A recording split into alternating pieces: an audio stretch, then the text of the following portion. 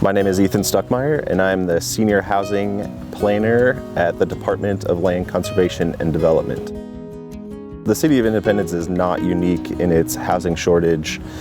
The state recently did an analysis of the housing shortage and found that over the next 20 years, the state will need to accommodate over 580,000 units of housing to accommodate both current underproduction and 20-year growth. And so the issue is not, the City of Independence, it's not Polk County, it's not the Mid-Willamette Valley, it's not even really the state of Oregon, it's really a national issue. Here in the state of Oregon, that same analysis actually found that over 100,000 units are missing today, so 100,000 units short as we sit here today. And that includes housing for people experiencing homelessness.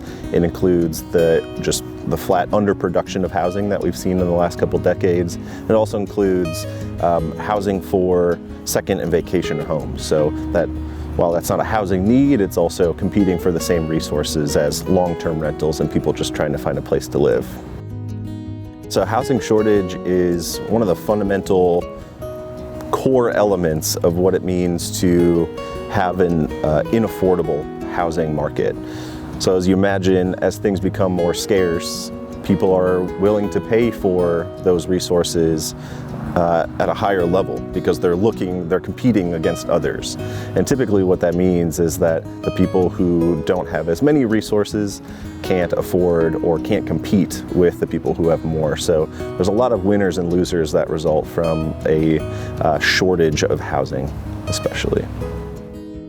The important thing to remember for going through a process like a housing needs analysis is that you're planning for not only the people who currently live here, but also the people who would really like to be in the City of Independence, the people who love all the shops and the really unique areas in the city and the beautiful park spaces, but just can't afford to find a place to live, or there's just not the right type or characteristic of housing for those folks that it doesn't fit their lifestyle. And so I think when we're talking about what it means to have an adequate supply of housing that meets the characteristics of current and future residents, we need to pair that with the desire to keep the City of Independence the way that people really, when they think about the great things of the City of Independence. And I think that both of those things can work in unison. You can have your beautiful city, but then also